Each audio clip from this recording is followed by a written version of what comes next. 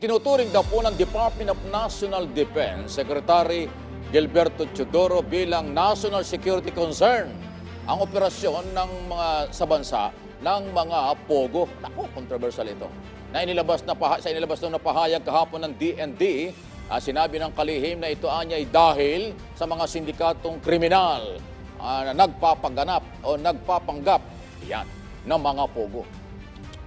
Oo nga, nabalitaan ba nyo yung lumabas na balita isang araw, yung ni-raid nila sa Porac, Pampanga, naka-recover ng mga uniforme ng People's Liberation Army. Saan ka nakakita ng ganun? Pogo, tapos mga sundalo pala ng army ng nananakop na China. Ayan o, yan o, uniforme o. O yan o. Ano yan?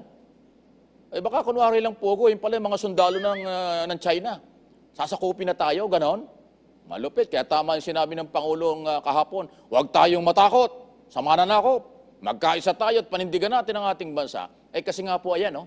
Nakarating na sa Pangulo yung report na yan.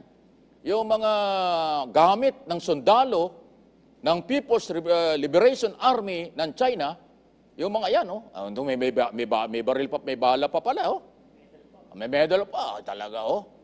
Eh, ang dami ng pogo rito at ito pa yung isang masakit. Tama yung sinabi ni Secretary.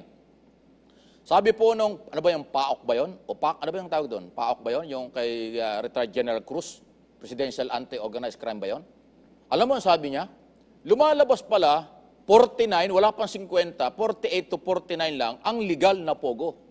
Pero ang illegal, mahigit na 300, Sus Merosep.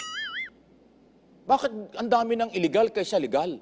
Ang tanong ngayon, bakit nakakapag-operate? Mayor, meron ba kayo kinalaman dyan?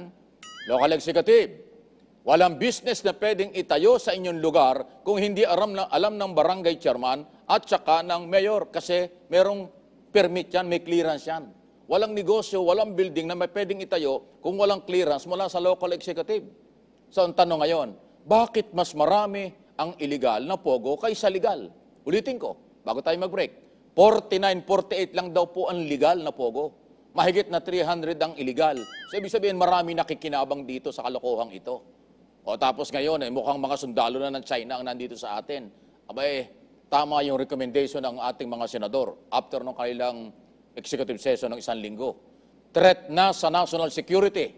Banta na sa national security ang pogo. Kaya sila'y nananawagan kay Pangulong Marcos, inire-relay lang natin.